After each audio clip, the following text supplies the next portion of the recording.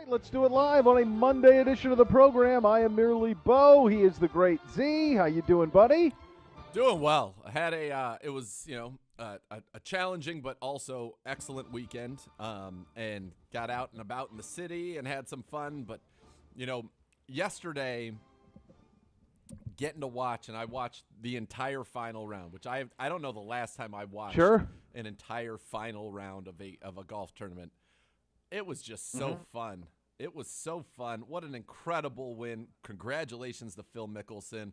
What a scene. It was like we're back. That to me felt like we're back as a society moment. The fans, the bedlam, him walking out of that crowd on 18 was just, when's the last time we've seen something like that looked like that felt like that? It was just incredible. It was an incredible win, an incredible performance, so gutsy on just an unbelievably brutal golf course. I mean, insane, that golf course. Insane. It was just awesome to watch. Congrats to him, the oldest to ever win a major. I think that's so cool. Several things on that front. So I didn't get to watch it live. We were at lacrosse, actually at Hawken, out in Chesterland yesterday on the artificial turf fields out there. So that was really nice, because what the artificial turf does at 87 degrees is it really just absorbs heat and then it doesn't emanate back up. It's a really cooling effect that artificial turf has on direct sunlight. Being facetious, of course. I was going to say, if you're looking for somebody to, if anybody if you want testimony on get rid of artificial turf, come talk to Uncle Beau, because that was brutal yesterday with the heat coming out of that stuff. So I caught it on tape. I had DVR'd it, much like I do building the Browns and all the Browns lives. I had DVR'd it, so I was watching it when I came home. And I got a couple of texts, like nobody ruined it for me, which was awesome. But I did get a couple of texts saying, the crowd. So I was curious what that meant, the crowd. So I was watching it on DVR, and it's never quite the same live versus DVR. Sure. It just isn't. That's why the rights fees for sports are what they are, because it's just a different feeling knowing in the back of your head that this is already over versus the investment you have watching it live. It can't compare. And it's a big reason, folks, why you'll continue to see television rights for sports go up and up and up, because there's a premium on watching it in the moment. So I will say that I didn't have probably the same impact that you had as watching the whole round live. A couple of things jumped out to me. One, he was pretty dominant. I mean, he led throughout the weekend. When did he get the lead? Friday? He led all the way through. Played in the final round with Koepka. This wasn't Jack in 86 playing ahead of the leaders and posting a score and hoping it would hold up. Like, he had to be the last one to tee off, and he had to set the score, and he had to play with Koepka, and he had to play in just a monster course. There's a reason, folks, and you would know this more than I, but there's a reason that, and they had Bones on Golf Channel last night and even said this. He said, I thought he would win again. I thought it would be at Augusta. And that's the same thing with Tiger. You thought they'd win again. You thought it'd be at Augusta, because there's course knowledge that you can apply to that place. This wasn't that. This is the Pebble Beach of the East Coast. Yeah, this is the precision that's needed for Phil. He's hit some wayward tee shots in the past they kept talking about, but you come out of the gate, and I thought didn't the first three holes all have 2-shot swings on them? And I think it was 2 shots to Koepka to tie it. Then you had because he birdied right away. Right away, you had a birdie and a bogey, so now it's tied. Then you had a 3-shot swing, a birdie and on the par 5. Then you have an eagle and I forget what it was, but there were multiple 2-shot swings early in the round. The first 3 holes, I think, were all crazy. I'm like, this is nuts. Crazy. This is going to be completely insane. Yeah. And then he has the sand shot. And then he just that he dropped, and you said, okay, all right. Yeah. And then it was clear, honestly, by the time he got to, what was it? He had some incredible tee shots on 14 and 15. The fact that a 50-year-old man can drive at 330 straight and put it where he wants, I mean, it's an incredible testament to diet. It's an incredible testament to physical fitness. It's an incredible testament to equipment and balls. Well, he hit we've come a long way to even the field to where a guy he's playing with one of the biggest hitters and one of the in the prime of his life, longest of the day, and he's driving it past him. Yeah, he's driving it past him, and you just go, well, this wouldn't have been possible 30 years ago. It just wouldn't have been. For a human who's 50 to outdrive a guy who's 30, it just wouldn't have been possible. And it was something that it now is. So it was kind of the perfect storm of all of that. And I think we can talk a little bit about, because I think it's applicable to the NFL, what you saw with Tom Brady. Athletes are smarter, and if they're disciplined, they can go longer and longer than ever before. We know more about diet and health and exercise and what matters to stay on. And if you can be disciplined, you can do it. So all of those things applied. Did you see? And one last thing on the crowds, because you brought it up. It was awesome, but unnerving to me that they lost control of the event. You cannot have a horde. You cannot have a horde of humans rushing onto the competitors and touching them. You cannot have Brooks Koepka in a swarm of humans, and he was pissed afterwards, and I thought rightfully so. You cannot have that. I mean, that is a complete – I mean, what's the old South Park Cartman, respect my authority? Yeah. There was no respecting authority. None. They blew through it, any rope. I thought that was a bad job, a really bad job out of the PGA. Bad job out of the patrons. Somebody got their hands got around his neck on Mickelson, that and he shoved him off. That can't happen. Can't. I didn't see that Koepka's can't comments. So you got to shore that up. I love the crowd.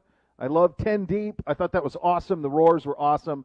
But there's got to be a boundary. You can't have them hugging the players. For crying out loud. No, that should be certainly in jail. I was going to go back when you talked about Phil at 50. Did you see the pictures they put up of the oldest major winners prior to Phil? Old Tom, okay. Whatever his name First of all, Jack at 46 looked 66. Looked like today's 66. Yeah. Today's 66. I agree. Old Tom Morris looked 100. Yeah. 100. And the other guy looked old too. I don't even remember that guy. I think that must have been his only time. He looked like he was in his 60s. In his 60s, easy. Yeah. Phil, it's part of the change of society. Phil looking 50, looking young, bombing it. I mean, 366 on 16, longest of anybody that day. The adrenaline was flowing. He was letting it rip. It was just people, what he did on 17, he hits a good shot. If he hit it 5 feet further, it ends up right where Koepka's ball does.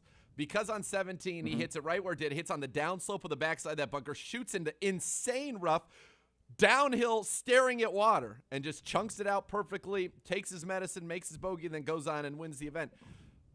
It was just every shot was crazy. That course is nuts. It was awesome. It's nuts. That place should be, we talked about this last week, that Pinehurst is like every 6 years it has a U.S. Open or PGA. Forget Pinehurst. That place. Am I wrong to say it bores me I don't a need little? Pinehurst. I don't need it. Give me that place. I think that place is the East Coast Pebble. Run that out every 5 or 6 years, whether it's a PGA or U.S. Open. That has to be in the rotation. That is fun, cool golf to watch, and it's awesome. And we've come so far, in terms of, you're right, and even beyond just like old Tom Morris and Nicklaus and those guys in their 40s. Did you see the picture even of Phil at his first win versus this one? He looks better now. It's kind of like the Brady. When you see a picture of Tom Brady now, right, Tom Brady now versus Tom Brady in his first couple of years, we are just so much smarter when it comes to nutrition and fitness and what to eat and how to fuel our body. And if you have discipline, you can do it too. It really is that simple. It was miraculous to watch. I wanted to ask you about the equipment. So my theory as an amateur is that in Jack Nicklaus's time, talent would equate more because the equipment was less, and that the advances in equipment and ball now allow for more people to play better and hit it further. In other words, that the pack is so much bigger because the playing field is leveled marginally by the equipment. Certainly talent still wins, there's no question. But more can be within the vicinity because of the equipment and the advances in equipment, especially the ball and the driver. All right. So I'll go. You go ahead. You're the golfer. I'm not. Okay. Amateur. How many people do you know who are golfers that are better now than they were 10 years ago? Not many. I don't know. But hit it further. Fine, but they still don't necessarily hit it straight. Yeah. They don't necessarily. And the no. is, But that's a big difference, though, right? If you're a pro and you already can put it where you want, but now you can hit it just as far as you could when you were 30. When you're 50, that's technology. Sure, and there are advancements, but they're lengthening courses too that the pros are playing. They're making the courses longer. So when you watch these games, when you watch golf at this level, sure, you've got to drive it in play. Koepka, most modern equipment, perfectly tailored to his swing, to his body, his stance, everything. That's what they have. It's the customization of everything that the tour players have. So everything's perfect for them. Correct. You know, your average player can get that now when you couldn't get that in the past. And to be fair, just so we're clear, I actually think it's harder to do it now. The field is bigger, but it's harder to dominate now than it would have been in the 60s and 70s. I also think there are just a lot more good golfers. I mean, you've got more great college programs. You have more great teaching. You have more kids growing up in very fortunate circumstances where they're golfing from a very young age. I didn't know anybody like that growing up. And now that's probably where I grew up in my demographic, but I think even if I did grow up in the same area now, there are probably a lot more kids that just were golfing, early on. Tiger made it cool, so you have a whole generation of kids who wanted to play golf and good athletes who wanted to play golf.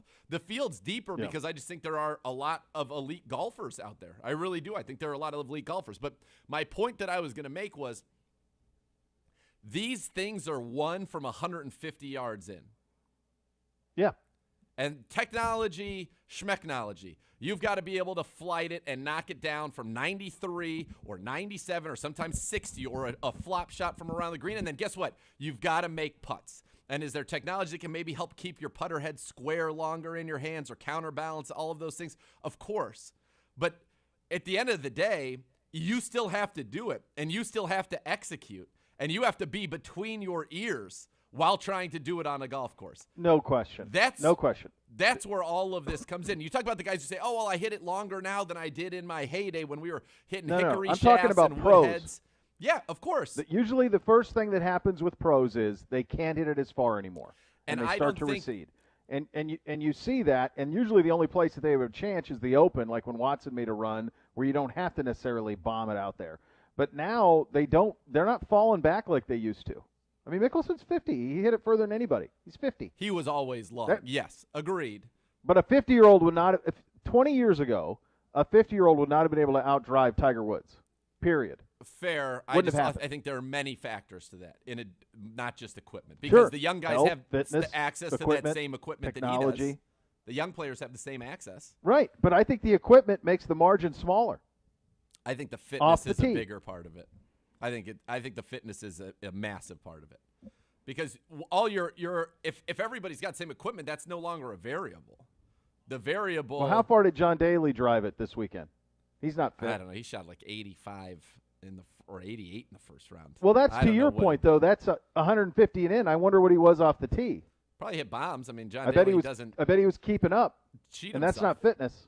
No, but there's a difference too of people Marlboro Reds and beer want to swing the way Bryson DeChambeau swings. There are people, if that's your health, right? That ain't fitness. I think it's I think it's look. Golf is incredibly hard, and I think Phil Mickelson won in that one because of his resolve, his nerve, and his hands did not betray him on short putts. That's where that all comes in. That's where I think the older golfers have a tougher time. It's not having a breakdown of brain to hand. That as you get older, your fine motor skills are not as fine. Your ability to make those putts and to hit those little touch shots, it's not as good as when you're young and you're locked in and you're going through it. This is an incredible feat. I don't think there's any even asterisk or anything on one of the hardest courses on the planet. No, who's putting an asterisk? No. I'm just saying, I don't care. Oh, no. None of it matters to me. He was sublime. He was superb. It was great. It was so fun to see. The equipment, yes, from a length standpoint, but I think they lengthen those courses. And I'll be honest with you, I think that we focus so much on the head technology on a driver, for example. I'll tell everybody right now, if you go buy a driver and you don't and pay $500 for the newest TaylorMade, and you don't get yourself fitted for the right shaft, you're wasting your money. The shaft is the engine of your golf swing. So if you find a shaft that you like, for example, my driver, I'm contemplating maybe switching the head on my driver, contemplating it. But my shaft is so good that it's the shaft that I've used now I've bought the new one and took the head right off, put the head on my old shaft because I love that shaft for my swing. That's what and these guys have everything. They have everything tailor-made to their, no pun intended, to their swings. Everything is perfectly calibrated to their swings. That's an advantage that they have over the average golfer. But golf's hard, and you win it inside 150 yards. That's where they win these tournaments. It's very rare now that somebody, even with the technology, it's very rare that somebody can just completely overpower a golf course to the point where nothing else matters. We've seen Bryson do it once or twice. Dustin Johnson's done it. Tiger used to do it. Phil used to do it. They play bomb and gouge. You couldn't do that at Kiowa. You can't play bomb and gouge. You got to hit 366. We got to hit it straight. Hard, very hard. Yeah, it was fun. It was cool. It was also, and that, a lot of old guys winning. Tom Brady winning at 43, LeBron at 35. It's pretty remarkable. The other thing I was going to say about the end, if you notice when they put up the Phil's 366, the graphic of the longest drives on the hole that day, it was all the last three groups. Right. The wind was blowing probably more. Was downwind. It was downwind. The wind was blowing fiercely. I think it was 20 when he teed off there. Everything had dried out at that point. And not that it needed to, but I mean, it's the end. It's just rolling. It's firm. It's hard. So there's something to that, too, when he played later in the day versus earlier, the winds, all of those things. But the top drivers on 16 for the day, Streelman was in it, and Streelman is not a long hitter. It was Koepka, Streelman, Oosthuizen, and Phil were the top four drivers on that hole, and they were the final four to hit on that hole. OTAs, 10 voluntary OTAs start this week. The rookies will be here. We don't know, veterans, what that'll mean, who will be, who will not. So that – I'm sorry, Gibby. We do the stream, so I can't read this thing in the middle of it. We'll get to our Julio clip. Oh, Julio next. Yes, made a little noise. So we'll get to that next. We'll get to that coming up next. Get a little noise from Julio Jones. Interesting morning, to say the least. Lots to get to on the football side as well. Joel Corey will join us. We'll do our CBD power rankings on the program today. Off and running here on a Monday edition of Cleveland Browns Daily, 850 ESPN Cleveland.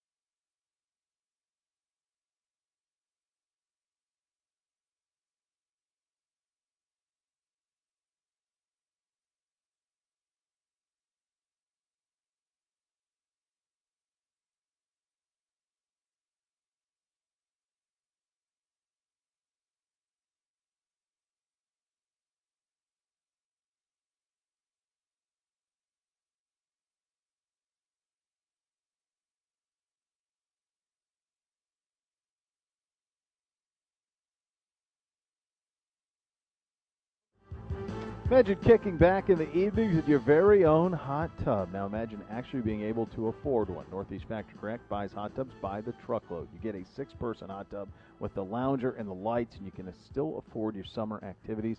If you think about owning a hot tub, you think it would be a pain, Northeast Factory Direct hot tubs come with exclusive hardtop covers, so you don't have to worry about safety or convenience. They are incredible. I had Bootsy take it off and take it on, and he's strong enough to be able to do it. They are safe, they are good, and they will last a lifetime. You get a lifetime warranty on that, in fact. Looking for a way to stay active, amazing swim spas as well. It's like a hot tub. You can adjust the jets, give you a gentle current, and you can use them year-round. So see for yourself. West 140th Street in Cleveland, Lakewood Boulevard, and Euclid or Freeway Drive in Macedonia, or shop online anytime at northeastfactorydirect.com.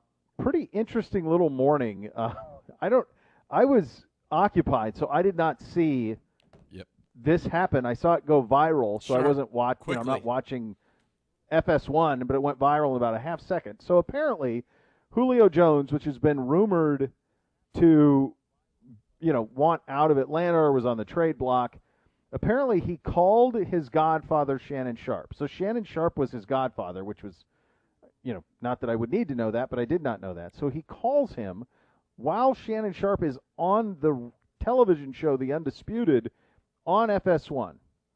So let's have a listen, and then let's decide what to make of this. Go ahead and play it. Okay, we're calling. You're down.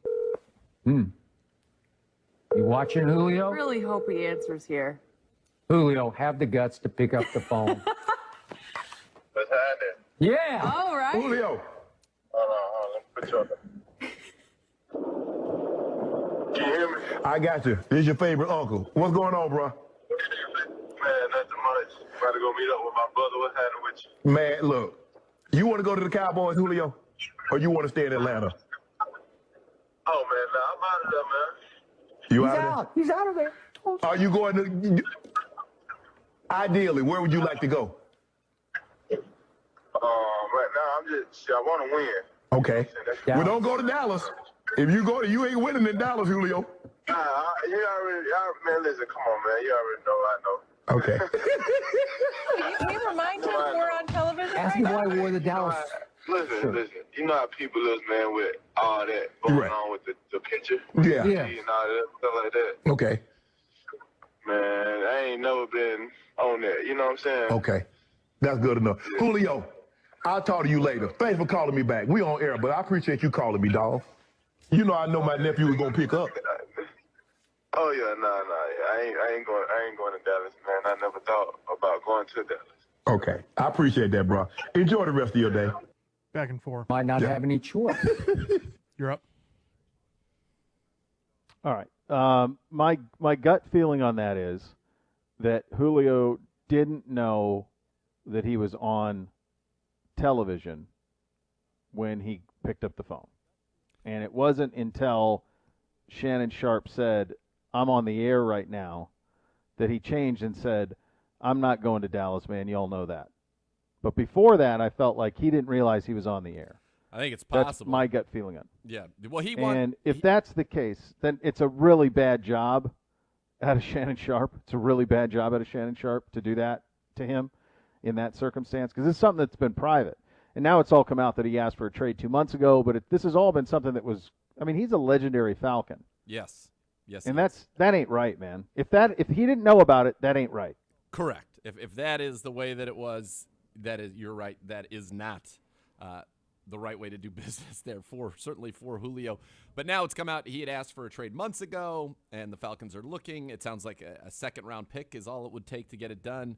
They're not a team that you could send a lot of salary to because they need the space.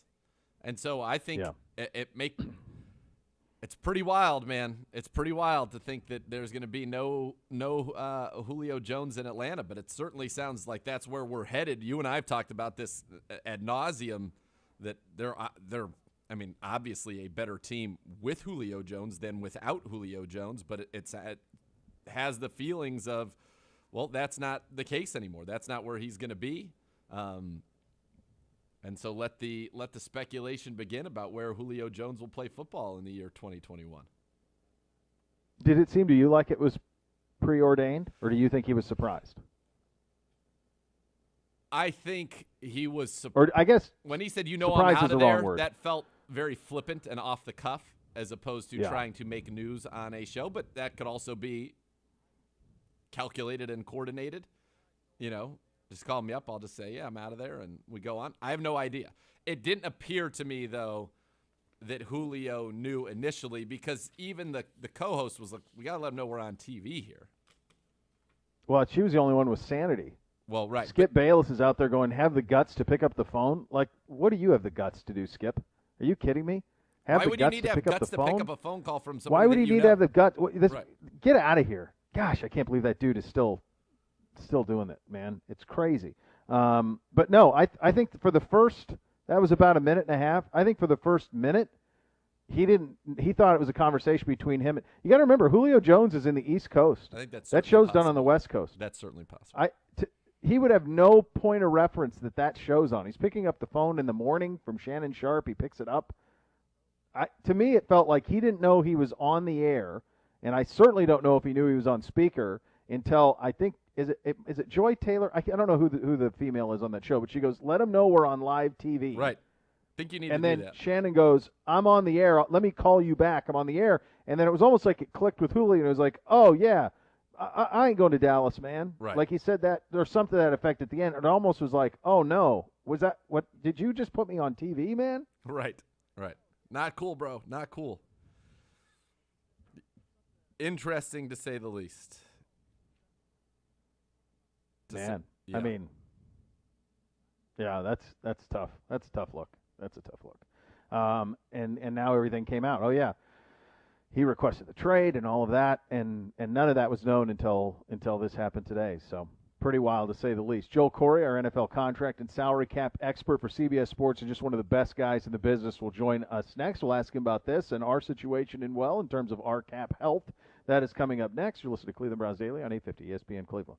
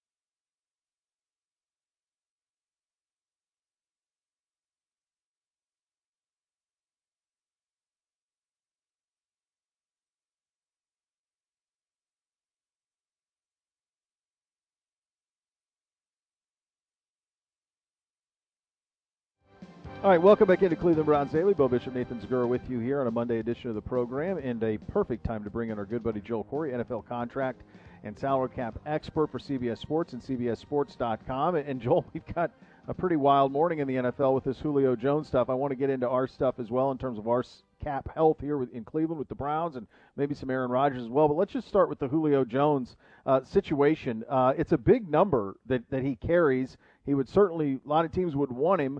What teams could actually do it? Who can pull it off? Who's got the room to bring in Julio Jones? Well, Julio said he wants to play for a winner, so that's going to eliminate some of the teams that have room. But one of the teams that has a ton of cap room is the Jacksonville Jaguars, and they're far from winning. There have been reports that he wants to play with Cam Newton, and that's a team which would barely be able to do it. They have enough cap room to fit his contract because you have to fit the 15.3 in, unless the Falcons are going to eat some salary in a pre-trade salary conversion like the Carolina Panthers did with Teddy Bridgewater. Bengals have more than enough cap room. The Colts on paper appear to have cap room, but extending Darius Leonard, Braden Smith, and maybe Quentin Nelson are really their priorities. So that's not really a viable option. And then you've got the Chargers who've got enough cap room as well. When you make on the other side of it, the Falcons, they're not interested because of their cap situation. They wouldn't be interested in a high-priced player for a high-priced player, right? Can they not afford to take anything back other than draft capital? Yeah, that's what makes sense for them because they don't have enough room to sign their draft class. They've got less than $600,000 of cap room today, and their rookie pool is about $13 million.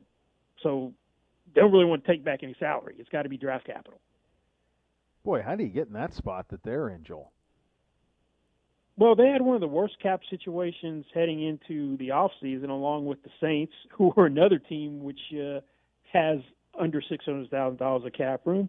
It's by having the cap drop $15.7 million where you keep kicking a can down the road. If the cap had gone up to $210 or more than that where it was supposed to be without the pandemic, no problem. But kicking the can down the road, decreasing cap, there you go, recipe for disaster. Wow. It is certainly, that's one star potentially on his way out. You mentioned Aaron Rodgers earlier, Beau, so let's get into it. Joel, what do you make of that situation, and what are kind of the financial implications of this situation for Rodgers, for the Packers, that might be playing a bigger role than perhaps just straight, discontentment with the current situation? Well, one thing he's doing that he's never done is by missing the OTAs, he's not going to earn his $500,000 workout bonus. He needed 85% of participation off-season workouts to do that. He's earned it every year since he's had one, which dated back to 2009. This is a first. Now, if he holds out of training camp, $50,000 per day fine, which is mandatory. And once you reach the sixth day of a holdout, then 15% of your signing bonus proration can be recouped. He's got $11.5 million of signing bonus proration. 25% is the most you can recoup in a training camp holdout. That's $2.875 million. They don't have to do that. And if I'm the Green Bay Packers, since Rodgers is still at the top of his game, isn't showing any signs of slowing down, I go ahead, bite the bullet, admit I made the mistake. I'm going to commit to him, give him an extension, and go from there and then try to trade Jordan Love. I don't think that's going to happen. I think this is Aaron Rodgers' last year in Green Bay.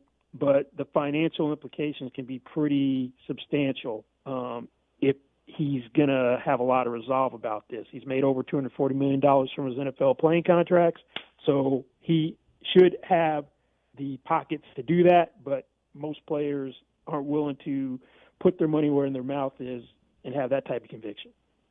Joel, the team that you think, just from an amateur standpoint that makes sense would be Denver, from an asset standpoint. If it is Denver and that was a place maybe he'd like to play, what would that deal have to look like? Yeah, that's a teams a short list. Denver, the Raiders are on the list as well. The 49ers, that's out of the question. Well, one, you're going to want multiple first-round picks back and maybe young players like maybe a Bradley Chubb. And I don't want Drew Lock. If I need to get a quarterback in return, I want Teddy Bridgewater. Bridgewater would want to be there anyway if Aaron Rodgers is there, because the attraction for Bridgewater was a chance to compete with Drew Lock. And then the Packers need a veteran quarterback. In case Jordan Love wasn't the answer, they wanted to buy some time. Bridgewater could fit that bill. But it wouldn't quite be as much as the Houston Texans would have gotten for Deshaun Watson, absent the issues, because about a guy in his prime at 25 and a guy who is 37, that reason alone. But, yeah, it's going to be a couple of first-round picks, probably a young player or two, and maybe a quarterback in return. It's going to be interesting to see what happens there, because that's a major shakeup, no doubt, for the league when a player of that talent and caliber could potentially be on the move. Let's talk about the Browns now, Joel. How do you see our cap position, knowing that there are likely deals coming for Baker Mayfield, Denzel Ward, potentially Nick Chubb as well? What do you see the landscape like for the Browns? Wyatt Teller could be a name as well to be extended here or given a new contract. How do you see the Browns landscape as it sits right now? Well, the Browns have been in great shape just from the standpoint that they've been carrying over a ton of cap room each year. That's why they have $20 million and some change in cap room. They carried over $30 million from last year. I don't think that's going to continue given the contracts you have coming up that you have to do. And then one of the contracts you did last year, the bigger cap numbers are going to come in down the road with that Myles Garrett contract. And next year, your cap commitments are already about $190 million with 47 players under contract. So it's going to be a different landscape on a go-forward basis. So it's going to be interesting to see whether they do Baker Mayfield now or wait until the option year. Nick Chubb is in his contract year, so there's some immediacy there. They want to get presumably either Teller or Chubb done, because you can only put a franchise tag on one if they decide to use it. That's interesting, and the Nick Chubb is the one that's going to be really interesting. I want to get back to Baker in a second. I know Zia will ask you about that too. But from the Nick Chubb perspective, and you think about the landscape of running backs in the league right now, and we've seen teams pay him. We saw the Rams do it. We saw the Cowboys do it. It looked like Tennessee kind of seemed like they threaded the needle a little bit. What is something that makes sense from our perspective and also from Nick's? When a deal is talked about between the two sides? Well, my personal philosophy is I would never pay any running back. I'd run them into the ground and franchise them and go from there.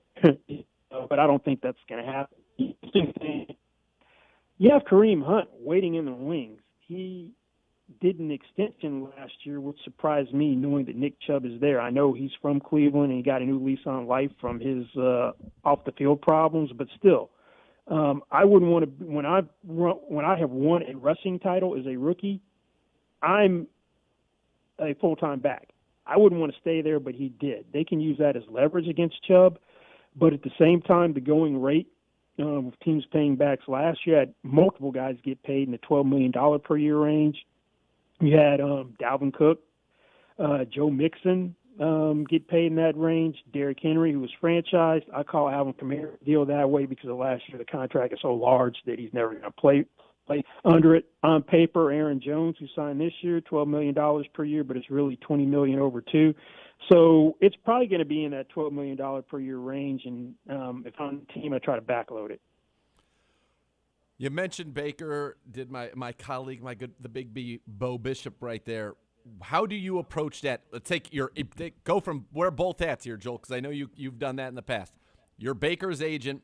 Why do you not want to do an extension right now? Why would you want to wait for maybe another successful season? You're the Browns. Why would you want to wait? Or what are the reasons that both should want to try to do it now? How would you be approaching that one, which I think is the pivotal extension, right, of this franchise that will define the trajectory of it for the next, 5+ years?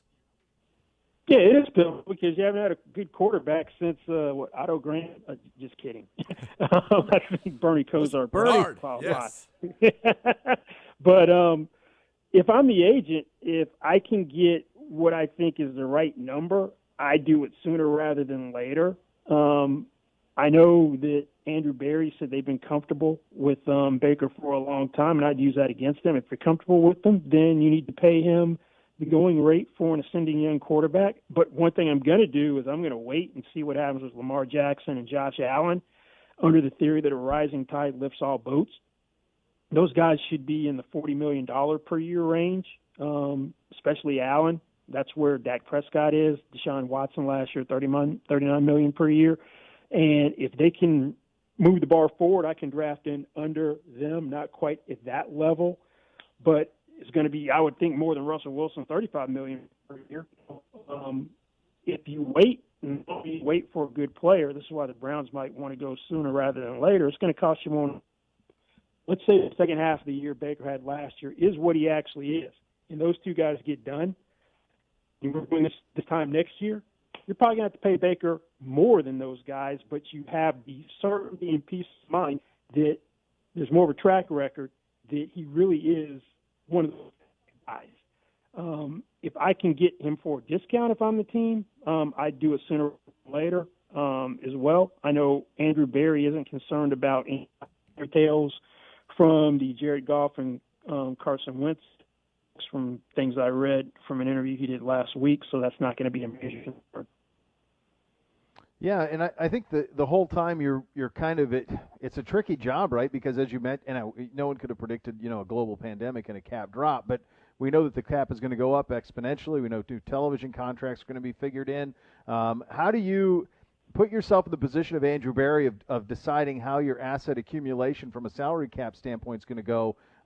What should his mindset be with that? Well, you keep the cap numbers low in the first couple of years because you know that once the new TV money kicks in, cap's going to explode. I'm not anticipating an explosion in 2022 based on something that Bill's GM recently said. He didn't know exactly how to factor in stadium capacity for projections, but he was using $195 million as projection for next year. I can't imagine his projection is dramatically different than what other teams are doing for now, so that's going to put the cap back in the range where it was in 2019 for next year, if that is accurate. So you really don't want Baker's cap number to be much more than his fifth-year option of $18.858 million. If you can lower that, great.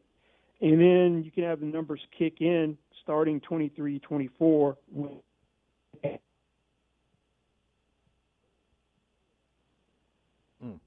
Lost you. Yeah, I think we did.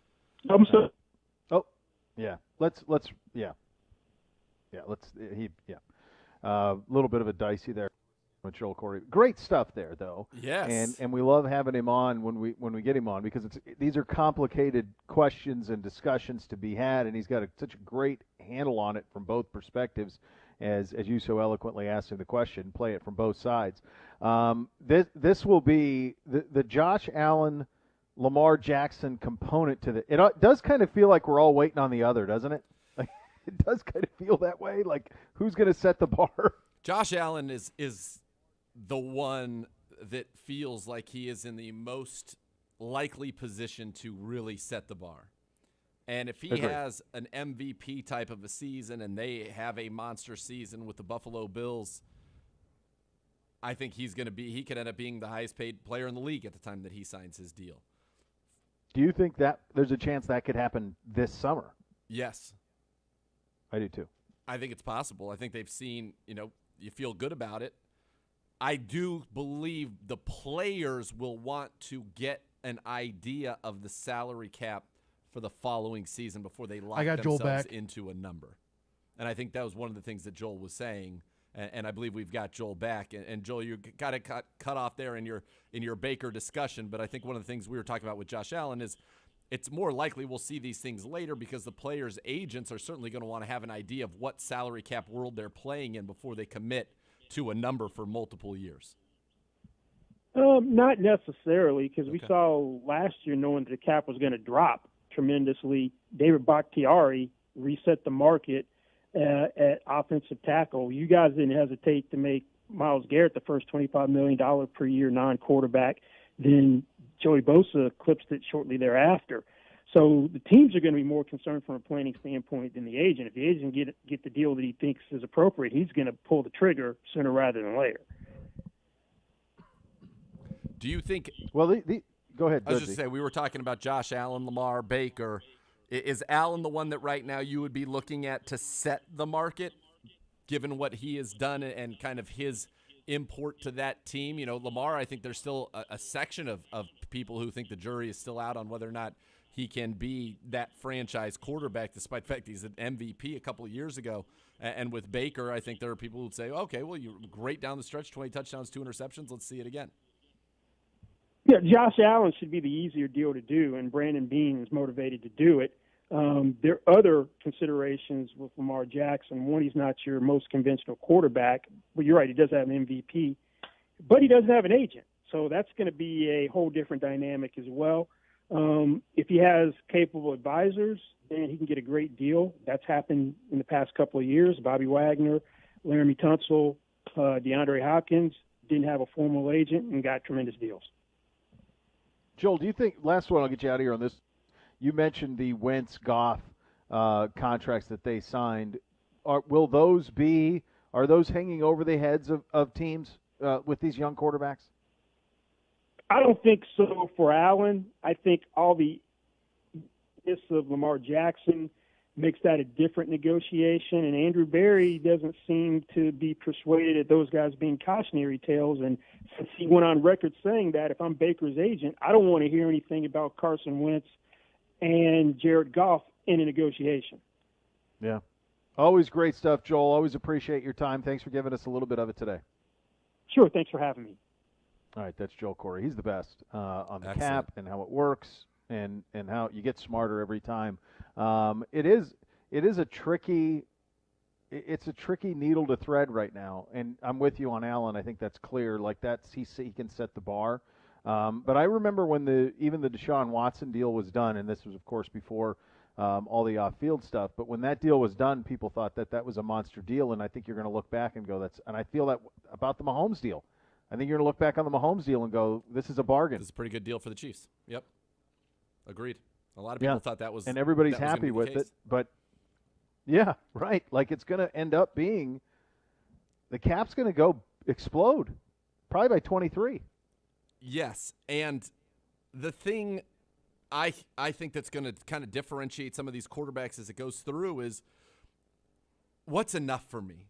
And what are my true motivations? Is it to get every dollar that I can, the Brady, or is it to leave some money on the table here, get it in endorsements because I'm winning Super Bowls and I'm becoming the most marketable or amongst the most marketable faces in the National Football League? And that has a dollar value that I am happy to take from Pool A, slide it into Pool B so that I can bring more talent in around me to continue to pursue my dreams of excellence in this league.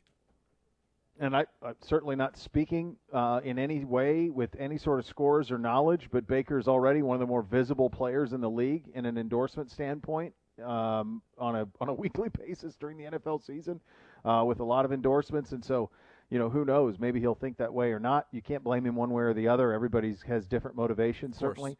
Brady was a guy who didn't do that and was never the highest paid quarterback in the league. I think he was one time in the early 2010s where he was the highest paid quarterback and player in the league. But he was one of the guys who said, you know what, I'll defer, I'll make it easier. We've seen other guys try to do that too. And there's a lot of, once you get that deal signed, there's a lot of ways to maneuver around it. If you're playing at a high level, there's a lot of ways to convert that and to make it more manageable going forward. So, the possibilities are there for that. But it is when you think about roster construction, it starts there, but you have to make sure you have enough going around. And some of these, that situation that the Falcons are in is pretty wild. That they got $13 million, they got to pay rookies, and they get $600,000. Yeah, doesn't sound ideal. Not great. No, I mean they're almost in a position where there's not much choice. And so you're talking about getting a two-back for Julio Jones, and you got Matt Ryan there. I mean, it seems like a team that's in a tough spot. Half of it going one way, half of it going the other. And I know the Saints are in a similar spot as Joel mentioned. So it's tricky. And this salary drop did kind of come out of the blue, and you really couldn't be prepared for it. Go ahead. This was just posted a few minutes ago on the AtlantaFalcons.com, the Falcons website. Julio Jones comments on future with the Falcons. After months of rumors swirling, Julio Jones commented on the situation during a call with Shannon Sharp on FS1's Undisputed show Monday. He said, "I'm out of there," Jones said. Sharp then asked where he wanted to go, and he said, "I want to win." Then it goes on to saying Falcons general manager addressed reports team calling about Jones out of the draft. Atlanta's in a tight cap situation, et cetera, and that's it. So they are running that story and that interview with the clip of it is on AtlantaFalcons.com, and the Falcons tweeted that out at 1:43. I don't even know how to respond to that. That seems so strange for an NFL team to do. Just tweet out a talk show? I can tell you in my 9 years here, that would not have happened here. No. No. That's what my takeaway of that is he gone. We're getting y'all ready for it so that you know he wants it. He said I'm out of here. Nope. So that to me tells me even more that was not planned today. That this is them saying he said it, now we can make it public, and now we're not the bad guy. Yeah. That's wild, though, that as my man L.A. Brodus put That's out crazy. there, that brought that to our attention. That is wild. That is a wild, wild tweet and something that I've never seen anything like that from would an say organization. Is quite unexpected, yes. Yeah, to say the least. All right, we'll do some get you set. We're going to do the CBD. We do power rankings all the time. We'll do the CBD power rankings. We'll tell you where Peter King had us in his power rankings on Football Morning in America. That is all coming up next in the final hour. Cleveland Browns Daily, 850 ESPN Cleveland.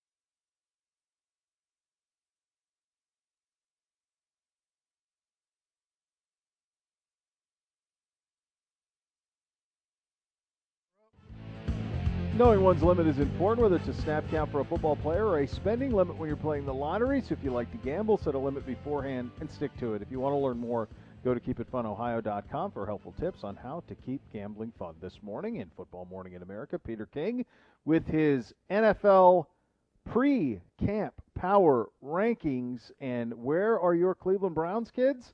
How about number 4? And Peter King writing this. First time. Number 4. How about that? First time forever he writes. I look at the Browns and say, where are the holes? Us too, Pete. Corner depth, maybe. First-round pick Greg Newsome was dogged by injuries at Northwestern. He's needed to play a lot. Receiver depth, maybe, particularly with Odell Beckham Jr. coming off of ACL. Cody Parker is a meh kicker. Shame on you, Pete. But this is a team that was a little harsh, now. didn't you? Little unnecessary. Harsh, yeah. Little bit, yeah. The front 7 particularly could be Steeler-like if rookie linebacker Jeremiah Owusu-Koramoah hits the ground running as a sideline-to-sideline playmaker, which he was at Notre Dame. Baker Mayfield was significantly more efficient down the stretch, including 15-2 on the 15 touchdowns to 2 interceptions, which is encouraging. Now he's got to ratchet up his 62.8% accuracy from last year. The arrow legitimately up in Cleveland for the first time in a very long time, but the division's tough as always, and the AFC is loaded. Number 4. So over the course of this week, we will get you our rankings, go through a different group of teams between now and Friday before we unveil our top, and we'll figure out where your beloved Cleveland and our beloved Cleveland Brownies are in that ranking. So today we go 32 to 23, Great Z. And before we get into this, I found the top of this to be pretty easy. True contenders, I found to be pretty easy. Yep. The 6, 7, 8 teams. Then the next group I found really arbitrary in terms of you could move it around a lot. There wasn't much difference to me between like 12 and 8. Does that make sense? I just think it's a pretty good group. I mean, I think your top 24 are all pretty solid teams. So I'm doing it section. I don't have a problem with that. Section by section. I had a hard time figuring out who was in this first group. Well, I'm putting good. I mean, we're going all the way to 23. And for example, the team that I have at 23 is pretty good. It's a pretty good team, and they can beat most teams. So, yeah, I mean, I think they're more than fine. So the bottom feeders, I think, are pretty straightforward. And let's start there at 32. Who do you have at 32? I've got the Houston Texans. We don't know what's going on at the quarterback position for the Houston Texans. There are a great many issues right now with the Houston Texans, and so that's kind of was the thinking on that, is that not a great roster, not the most talented, and right now we don't even know who's playing quarterback for them. So that's where I'm at. This is a team that 2 years ago, going into last season, you would have said this is a team that could break on through in the AFC and potentially be a challenger for the Chiefs, even if you didn't like Bill O'Brien. And certainly before they traded DeAndre Hopkins the year before, you felt that way, that this was a team without question on the ascent. And they are 32. And not only are they 32, I think they have a shot at the 1-15, 0-16 situation. I mean, there's just, when Peter King says about us, where are the holes? Well, they're all over Houston. And I don't think Deshaun Watson's ever playing there again. Now, he could be somebody who upsets the rest of these rankings, depending on where he goes. That could change, the rankings quite a bit. Certainly. But this roster is it's a debacle with no straight path forward. It is. They don't have the picks. I mean, when we bottomed out, there were at least you could see the light at the end of the tunnel with the picks. They don't have picks. No. Dreadful. 31. 31. I've got the Detroit Lions at 31. Okay. I obviously, you and I are both, we like Jared Goff a little bit more than others, but I just don't know who he's throwing the ball to. I don't know what they're going to be offensively. I can't think off the top of my head anybody that stands out as they're a great defensive player. I know they got Okudah last year, had a little bit of a rough rookie season. I just don't think they're a great team. So I'm going to say the Lions, 31. I think they're in a full rebuild. No, and honestly, didn't even try to make it easier for Goff. Not at all. I mean, really not. To me, it would seem like they're almost treating. It's so interesting how he and Wentz have been treated. Wentz has been treated and nourished and nurtured in Indy and give you everything you need to be successful. Goff, to me, is being treated like a placeholder and just, take a beating for a couple of years until we can get the right quarterback in here. So despite all of that, though, I do not have the Lions 30. I have the Jets 31. I just don't believe in Zach Wilson, and I think you can't go from BYU to New York and it not be a little bit of a bloodbath. And I could be way wrong on him. I was wrong on Herbert. I was wrong on Josh Allen. This could be another one that I'm wrong on. Very, very likely could happen. I just don't see it, and I think they've got a lot of holes, and I think it's gonna be a really tough first year for him in New York with the Jets at number 30. And at 30 is where I have the Jets. Similar. So we just flop them. A lot of new pieces, new faces trying to meld together. But I do think they have a little bit more talent. I like them getting Elijah Moore, Michael Carter. I think they've got a little more talent there on that offense than do the Detroit Lions. And so I think they would win a shootout in a head-to-head game against the Lions, and hence that's where I've got them. So let me do this for you because I have the Lions 30. So if you put Goff on the Jets, how high up this do they go? They would move. They would probably. They're still in the bottom spots? quartile. I think they're still in the bottom quartile. I'd probably get them up in the 23 range. 23. Yeah. 24. Yeah. Yeah. I don't have a problem with that. I think that you bring up some good points on the improvements that they've made. It's just a lot on a young guy. Go ahead. They've got at receiver Corey Davis, Denzel Mims, Jamison Crowder, Elijah Moore are their top 4 receivers. And then Keelan Cole is their 5th, Keelan Cole is a pretty solid player for the Jacksonville Jaguars last year. You've got Wilson. You've got a decent line. You drafted Vera Tucker in the first round as well. You've got, as I mentioned, Tevin Coleman who comes in, Michael Carter that you drafted, so it's decent. But your defense of your front's got Carl Lawson, Quinnen Williams, Sheldon Rankin, C.J. Mosley's back. You picked up Gerard Davis, former first-rounder. You've got Ashton Davis, who I like out of the draft, out of Cal, Marcus May, who's a very good player for them. So their corners are a little suspect, but this isn't a horrible team. Certainly not a horrible offense either.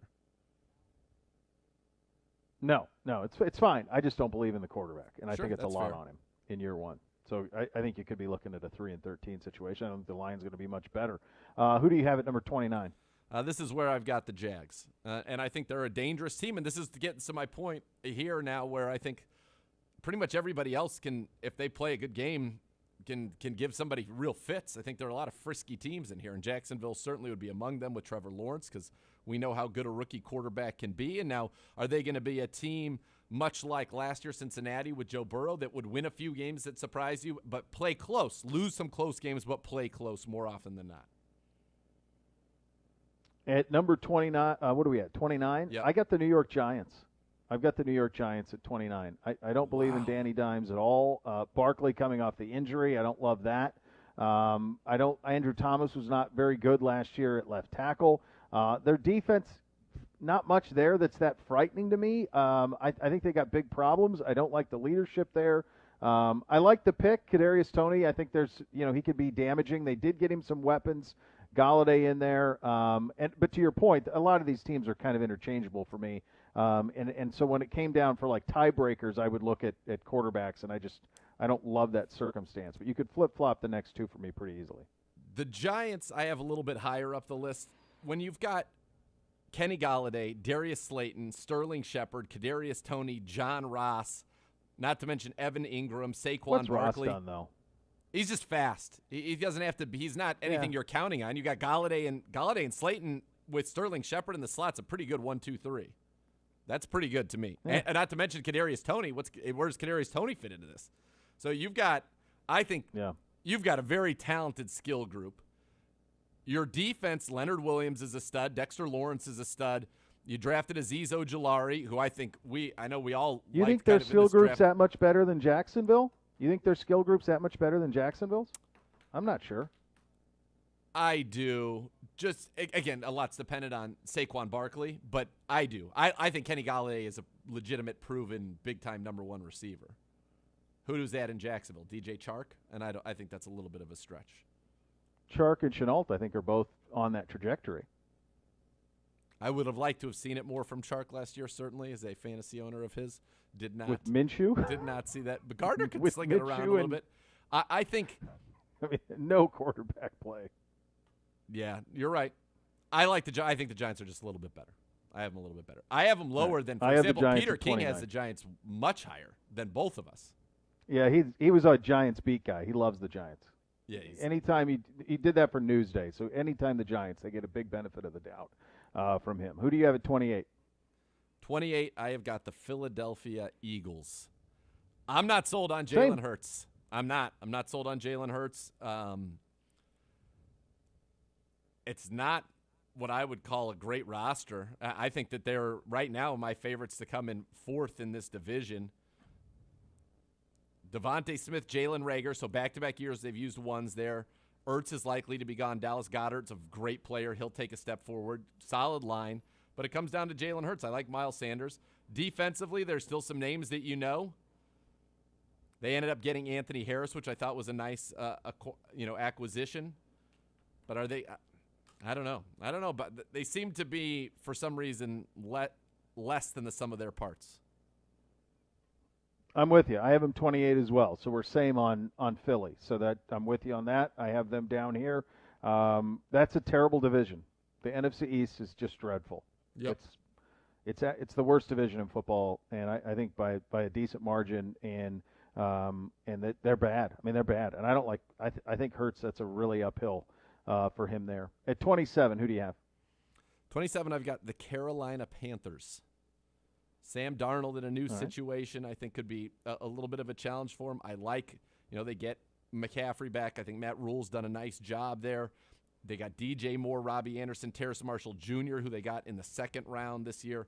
Don't really have a tight end for their quarterback to throw the ball to yet. Solid defense, not a great defense by any stretch. But they did bring in Denzel Perryman, Hassan Reddick this offseason. I love J.C. Chin. I like the Jeremy Chin. I love the J.C. Horn pick. Solid. That's what I'm saying. The team. I feel like in the years past we could have had 10 teams that were have no chance at all. And I think Carolina you can put in that category, but at the same time they're not that bad. And I don't feel crazy saying that. No, I mean I think you can really go. I mean I don't feel great about 28-32, and you have obviously like the Giants more than I do, but 28-32, I feel like are no chancers. Yep. And then from that point on, it feels like everybody's got a pretty good chance. At 27 for me, I have Jacksonville. It's a pretty frisky team. I think you could see a lot of what you saw last year in Cincinnati. I think they will be very dangerous with Robinson and Etienne, and I think Lawrence is every bit as poised as Burrow was. I don't think there will be any moment too big for him, and I think they'll do a decent job of putting him in a chance to succeed. He's got some interesting targets in Shark and Chenault. Marvin Jones comes over as well. Their defense even has some dudes on it. You talk about Miles Jack and Josh Allen, guys who have flashed. I like C.J. Henderson, the rookie from a year ago out of Florida. Shaq Griffin comes over from Seattle. They're not any sort of contender, but there's going to be times when they get hot and go, and I think that they've got a little bit of firepower offensively. I don't know if I necessarily love everything Urban did from a coaching staff standpoint, but I do think this about him. They will play hard. This is a young team, and I think they'll play hard, much like Cincinnati did. They will play hard the whole year. They will be unwavering in regard to record. At least early, I think he will have that belief in them. So I got Jacksonville at 27. Who do you have at 26? 26, I've got the Denver Broncos, and it just comes down to, quarterback. Drew Lock, Teddy Bridgewater. I think that they can steward this team, which has excellent skill position talents, effectively forward. But that's how good I think the league is right now. I mean, you're talking about barring a switch at quarterback, you'd have to expect them to finish fourth in that division. The Chiefs, the Chargers, and the Raiders all would be ahead of them, but they're not. Mm-hmm. That's not a team that you want to have to go and try to run around with. I think it's a pretty formidable skill position group. Cortland Sutton, Jerry Jeudy, KJ Hamler, Noah Fant, Javonte Williams that they just got, the young man out of North Carolina who reminds people I've heard Brian Westbrook, which in my mind, that is incredibly high praise. You get Patrick Surtain, you bring in Kareem Jackson, you have Justin Simmons, Kyle Fuller, Ronald Darby. That's their secondary with Von Miller, Bradley Chubb. It's not a bad roster at all. If they pull the Aaron Rodgers deal, they're in the top 7. Yeah, that's a team. If you plopped Goff onto that team, I think that they're top half of the league. Yeah. No, it is. I have him. I have him 26 as well. And I'm quick to acknowledge the Allen and Herbert misses, but would be also the same would be said of having it on when it comes to Drew Lock. Just not a dude. Just not a dude. Didn't like him last year in the lead-up. Didn't like him in the draft. Don't like him now. And when you look at the roster, it's all that's holding him back. Because to your point, you just went through it. They're absolutely loaded everywhere else. And if they hit on the quarterback, and it's interesting that they didn't. George Payton's there from Minnesota, great friend of Kevin Stefanski's, and was in Minnesota. We tried to interview him a couple of years ago. It didn't, it worked out great for us. We get AB, but he's a guy who was really highly regarded in the league, and I think he's got a big picture view of trying to improve that team, and you trust him in doing so. They're a quarterback away, and they're in position. If Green Bay ever wants to deal Rodgers, this is the destination because they can give you a receiver, they can give you a high-level receiver, a high-level defensive player, draft picks, and it won't kill them. They will contend right now with Aaron Rodgers. They would absolutely contend. Oh yeah. Because they're good. They're really, really good. Who do you have at 25? This is where I have the New York Jets checking in at 25, and I went through the reasons why I think it's a pretty Giants. You mean Giants? I'm sorry. That's why I think it's a pretty good roster, and that's why I think these teams are dangerous down here. Yeah, I have Carolina 25 on this. So we haven't had any as we get from 32 to 25. I think we've had the same 7 teams. Correct. Just some slightly different order there. I have Carolina 25, but I think they're very, very interesting. And I liked Darnold just fine in the draft process. Didn't love him, but liked him. Right now I tend to give the benefit of the doubt because of how toxic his situation was in New York and how bad that was, and the patience that will be there. Joe Brady is great with quarterbacks, so you're giving him Darnold at a young age. They got some big time weapons. Defensively, they're very interesting, and they got an owner who's willing to do. I mean, I'd buy stock in them. Even I would. I think it's a team that will be better 5 years from now than they are now, certainly. But right now, and again, I think they will give people problems. If Darnold can be 90%, sure, 85% of what people thought he was when they drafted him, it's a really tricky team to play. Sure. Which gets us to 24. 24, I've got the Cincinnati Bengals, and anybody who's listened to this show for a while knows that I have the Cincinnati Bengals in pretty high regard. I think they are. I like using the word frisky. They're frisky. I think Joe Burrow is so very, very much the real deal.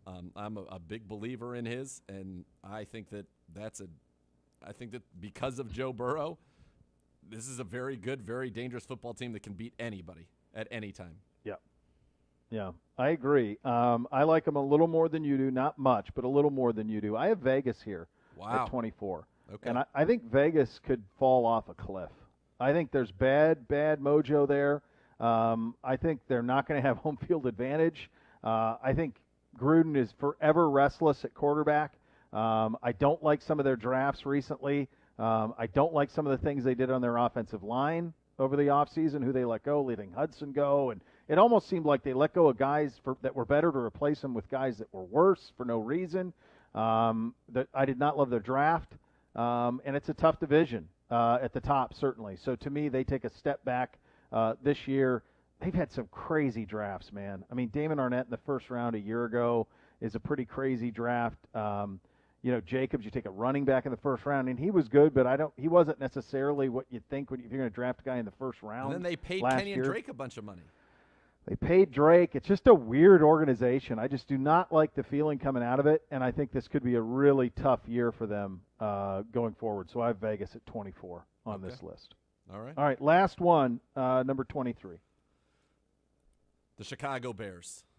I think they made the playoffs last year. It's still an excellent defense. They just have had a tough time being successful, and I really think that when you throw – you're going to you got Dalton, you got Foles, you got Justin Fields. You're going to throw Fields in there. You've got Allen Robinson and then a bunch of is your receiving core. Jimmy Graham, this isn't, mid-2012. Yeah. I just don't think they've surrounded him with the talent needed. Now, again, great defense. Great defense. But I don't know. There's something about the Bears. They feel like middling to me. They always feel middling. And I think these teams That's how good the league is. I don't understand how people are going to get the records. It feels so much parity. So many good teams this year. At least that's when I would go through it, that's what I see. Yeah, I think it's I feel the two teams in the NFC North I struggled with here. I ended up where you did with Chicago at 23, so we really only had one different in all of those, which is pretty remarkable. But I could have been talked into Minnesota very easily here as well because I don't like the trajectory of that roster much at all. But I think for the reasons that you hit on in Chicago, I mean, what are they doing with all of those quarterbacks, and how do you got to start Fields right away. There's no reason to masquerade with an Andy Dalton situation, so start Fields right away and get going with it. And so for that reason, I give Chicago a slight, just a tick down from Minnesota, but I don't like Minnesota either, to be quite honest with you, in terms of being actual contenders. I have Minnesota coming up here, tomorrow when we go to the next group. Same. They'll be first off the list. But Chicago comes in at number 23 for me as well. So the only things that you and I had different was Vegas and the Bengals, right? Yeah. I had the Bengals 24. You had Vegas 24. That was it. Other than that, we're all the same. Same teams, yeah. Solid. Yeah, and there's some really good teams in here. And Denver's the one I circle because if they do a deal, they catapult right to the top. Right to the top. Yeah. In a hurry. That's a great roster. It's not a good roster. It certainly is. It's a great roster. Yeah. Yeah. All right, so we will do the next group of teams coming up tomorrow as we count down to the number one team in our power rankings at the end of the week. We go around the league. Coming up next, you'll listen to Cleveland Browns Daily on 850 ESPN Cleveland.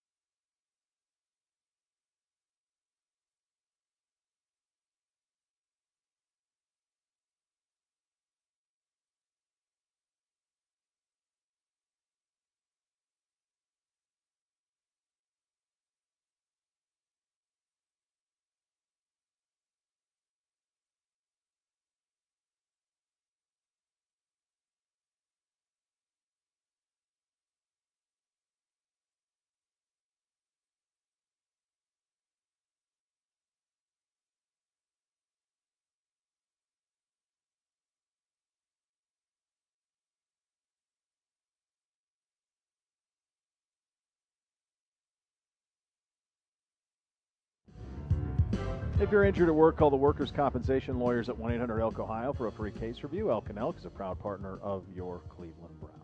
Time to go around the league, and for that we bring on Gibby. Yeah. Hello, Gibby. Hi, boys. Yeah. Everybody have a fine weekend. How'd you do? Did you watch the golf? You enjoy it? You know what? I didn't watch a whole lot. Wow. And then when wow, it was a treat. Shocking. No.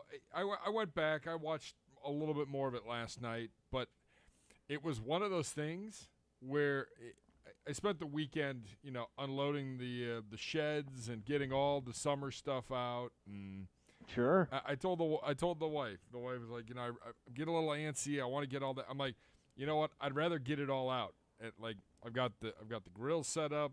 I've got the Blackstone griddle set up. I have the smoker. Put all the deck furniture out. The hot tub. We got everything set up. Okay. And, got everything ready to go. The Redneck Riviera is officially open. Hot tub. So, let's go. Yeah. So did a bunch of stuff. I just told the missus, let's knock it out because next weekend's a holiday weekend. I don't want to do anything except play golf and consume beverages. Have you looked at the weather for next weekend? Yeah, I'm going to thrive. Looks like it's going to be okay by Saturday. No? Is it like Sunday before it gets to the 70s? All right. Yeah. Friday's the bad day, which is not Fridays. Cool. Of course, I have a tea time stinks, at 9 that a.m. needs to be 12:40. Yeah. Right. That needs to be full of This is why joy and frivolity. This is why it is so when people talk about ranking the summer holidays, this is why Memorial Day, despite the incredible hopefulness that it gives you for the course of what is to come, it can't be the number one in the power rankings. The correct answer, of course, is Zegura's birthday of July 4th. That is the holiday of record because you will have good weather. And I love the hopefulness of Memorial Day. But 7 out of 10 are good, and 3 of them are dreadful. Memorial Day is your whole kickoff to summer. Summer officially here. But you got to participate, Ohio. Yeah, exactly. Yeah, 4th of July could be 100 degrees. It might rain, but it could be 100. It could be 90. It's going to be hot. You're guaranteed you're going to have good weather. I have never been wetter than I was at a Memorial Day a couple of years ago. We were I don't even know what that looks for, Gibby. That seems very strange for you to have that look on your face. However, we were doing it. We were in Chagrin Falls and at some of those Memorial Day parties, and all of a sudden an unpredicted deluge occurs.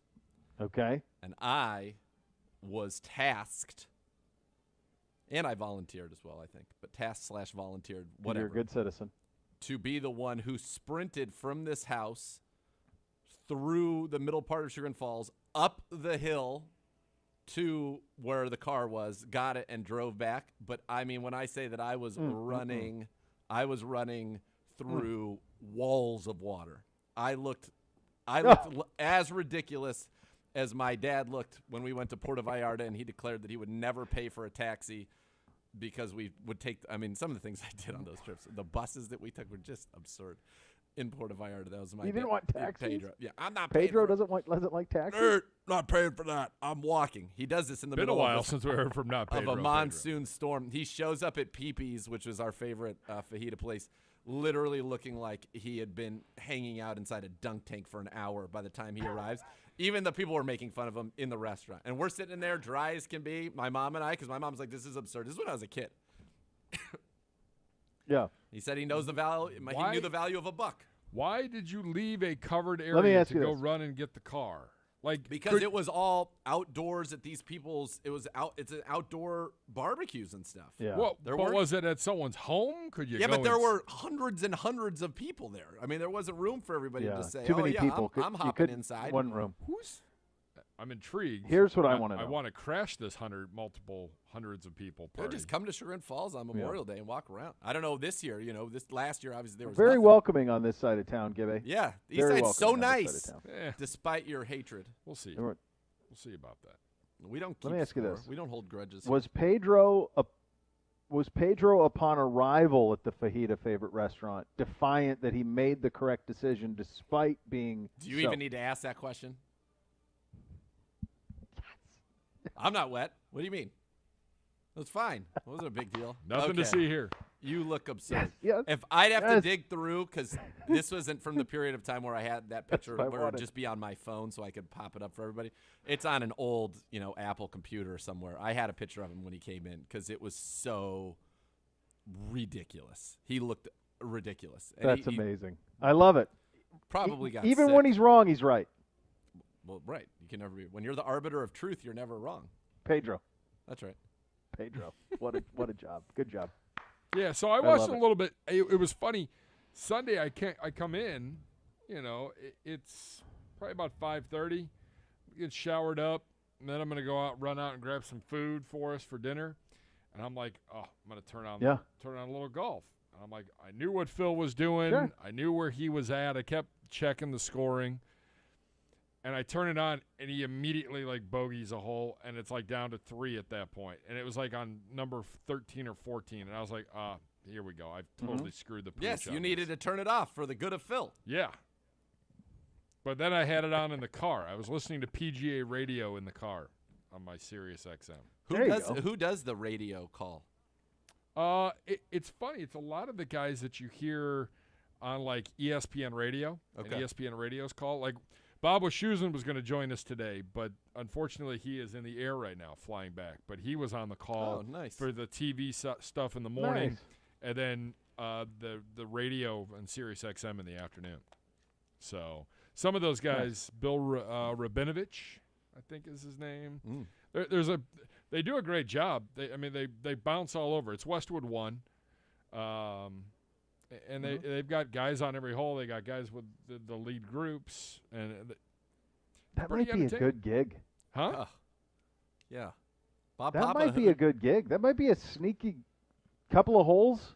It's PGA, a great gig. Bob Papa does Giants, and then he does golf. Amongst other radio things. golf. That's pretty good. Radio. You get the free trip to the Open Championship. How do I get into a golf game? That's where I need to be. I would really thrive as a golf announcer. Oh, you'd thrive. Yeah. Yeah. If anybody's listening, they're looking for a golf announcer, hit me up. We know some people. I would love to do that. Oh, gosh. And did you feel – hold on, Bo, let me ask you this because you watched the TV. Yeah. Didn't you feel like Faldo was not fully on board with Phil and he tried to be gracious about it, but you could tell he didn't really want anybody joining his 6 major club? I felt that a little bit. I think that – yeah. So Phil is one of those guys. It's probably the biggest discrepancy between now, and it's been a while since I covered a PGA Tour event, 2014. But at that point, Phil was probably the biggest discrepancy to how fans felt about a player and how pros felt about a player. Sure. He wasn't quite in the Bubba Watson area of despised, but was certainly, or like Patrick Reed, not like that, but there's this perception at that time among golf fans. I think he's gone a long way to fix it. Yes. But there was a perception among golf fans that Phil was this everyman great guy, and the pros didn't necessarily feel that way. So my view would probably be that there was some of that in the Faldo. I did, because actually Nance had to spurn him on to say something at the end. Like he said, Sir Nick? Yeah, final thoughts. Can I get your final word here? Did you hear Nance inadvertently burned Faldo though? Did you hear when he was saying he goes, "You've made this on 18 as they're walking up and that crazy scene's unfolding." He goes, Sir Nick, you've had the opportunity to make this walk up 18 in a major championship as the champion." He said, "But it's never been like this." And Faldo's like, he was like, "Yeah, well, at St. Andrews, they came up to right near the green. It's what did he call? Oh gosh, why can't I think of it? I do remember that. I remember that conversation now. What's it called in the front of St. Andrews 18th green? Why can't I think of it?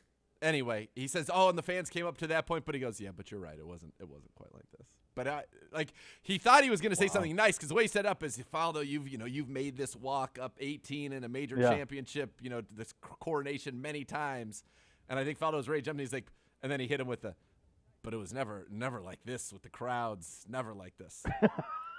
I'll have to listen for that. I have it in the DVR. I'll listen for that. It's right as he's walking up 18. And I was like, whoa.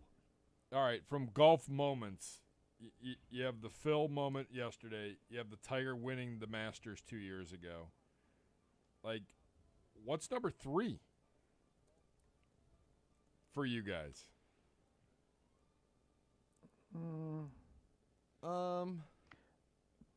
For me, probably. I mean, first of all, I would have Tiger in 19 over this. Correct. Just from the standpoint of everything with Tiger felt so precious. It feels like anytime he swung a club, it would be the last. Like, Phil's been playing he hasn't stopped playing. Like, he's always been out there.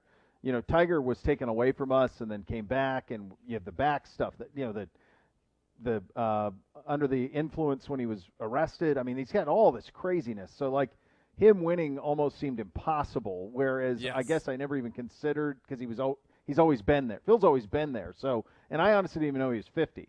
So that would be number one. I guess when you say that out loud, the first thing that comes to my mind, and it isn't necessarily because it was some sort of, you know, historic. I guess it was historic. It was when Tiger won Pebble in the U.S. Open, like by 12, and the next best guy was like 2 over, and he was 10 under. Do you remember this? This was like 0-1 at Dominant. Pebble. Yep. Lapped the field. And it was just like that was watching Secretariat. Like, there was nobody anywhere, and it was watching a machine who just was not a tremendous machine, as they said in the Belmont with Secretariat. Like, that's what it was like. Like, my God, he's still birdie hunting. He's up 10 shots in a U.S. Open. You don't do that. You don't shoot under par. And at that time, no one, you know, one guy would be under par, and I think he finished like 8 or 9 or 10. He killed everybody. And the next best was like Ernie Els was like 2 over. That's the moment when you just went, we're watching history here. I think if I was talking with somebody yesterday, a certain ambassador, and he said, if somebody would have told you at the beginning of 2019 that Tiger and Phil were both going to win a major in the next couple of years, you'd have said, yeah, not a chance. Not a chance. These two. So the third one for me, there were 2 of them. I fell in love with John Daly after Crooked Stick in 91. And then John Daly's win of the British. People forget that. John Daly won 2 majors. He also won a British at St. Andrews. And if you remember it, now I was looking it up. So the front of that green's called the Valley of Sin. That's where you're saying the crowd came up to the Valley of Sin is what Faldo said. He was playing Constantino Rocca. And Rocca on 18 flubbed his chip and was stuck in the Valley of Sin and then dropped like an 80-footer to force a playoff. And then in the British, they do that 4-hole playoff, and Daly won. Yeah. So I was such a John Daly guy. That was a big one for me. Totally forget that he won 2. He's won 2 majors. Yeah. That's legit. I mean, the 91, when they were showing the interview yesterday of him from 91 when he won, and they're like, what's going through you? He's like, I'm speechless. It is insane that guy won that major. Yeah. Ludicrous. That was crazy. Yeah, here's the thing. I was just looking at it's a 2000 U.S. Open I was thinking of. So Tiger has a 6-shot lead after round 2.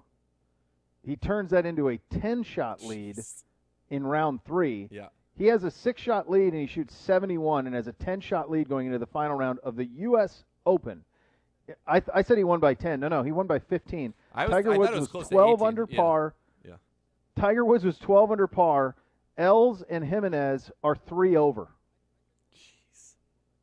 So for the kids out there that don't remember, that's who that dude was. That's crazy. Crazy. Win the U.S. Open by 15 shots? Absolutely nuts. Yeah. Gibby, what was yours? What's your third? I don't know. Do you remember Jack in 86? A lot of Ohioans go to Jack in 86, but I don't remember it. I mean, yeah, that was. And I can tell you in my house growing up, Pedro wasn't throwing on the Masters. I mean, we were not watching golf. Zago would have, though, right? Zago, for sure, yeah. Yeah, sure, my grandmother, my uncles, sure, they would have been watching it. I guarantee it. But, I mean, at that time, it was Sundays are for the Browns. Even in the summer, you're preparing your house so you don't have to Even do in anything. April? This is April, Gibby. Yeah. It's April, Gibby. It's the April. Masters. Doesn't matter. You're safe. It doesn't matter. Still. The conversation was getting Jason. ready. Sundays Jason. are for the Browns. Jason, are your jerseys washed? We got 5 months. Are they ready?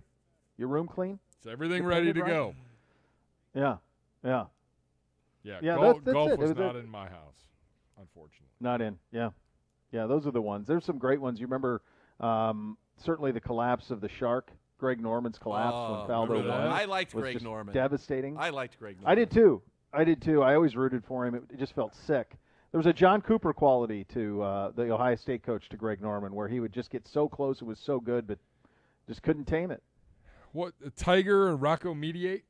Tiger on one leg, basically? Oh, yeah. Oh, that Torrey. putt he made at Torrey. Yeah. Yeah. Yeah. Yep. I mean, I And the think full that, 18 the next day on a broken leg. Exactly. Literally on one leg, because you had to play the entire 18 all over again. And by the way, it was like 100 degrees. Right. Greg Yeah. Norman. They're at Torrey in 3 weeks. All right, I would not have had this. Greg Norman has the same number, and Dustin Johnson would definitely not have had this. Greg Norman, Dustin Johnson have the same number of major wins. Curtis Strange as well. Jose Maria Olafable as well. Marco Mira as well. Johnny Miller as well. Bernhard Langer as well. All have the same number of major wins as John Daly. They all have 2. All with 2. I did not have that. Where's Boom Boom? How many majors did Freddie Boom Boom Couples win? Because in Just my one. mind, Just the Masters. just one, and he was like a One. legend. And Davis Love just won, too. And they both were always. Davis Love got the one. That was at that rainy day. The rainbow came out. PGA. Yeah, I remember that. Yep. I like Davis Love. Yeah, we'll Yeah, get me to too. around the league tomorrow. And Freddie. This is much better Yeah, conversation. there's plenty of time. Freddie. Long week. Long week.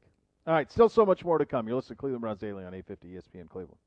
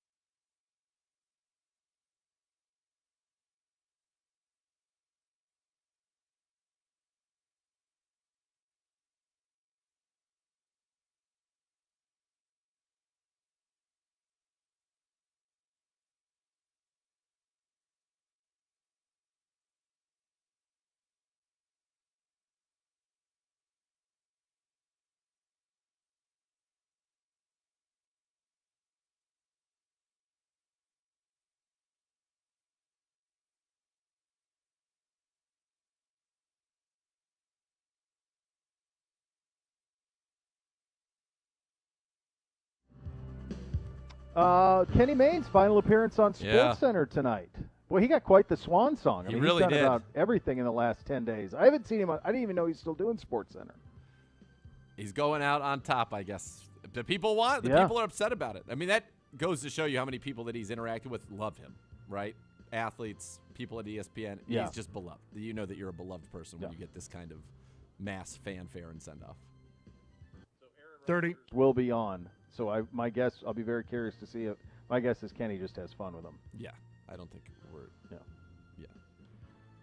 I can't imagine you get much out of it, but we'll see. That'll be interesting. We're back tomorrow for more fun. The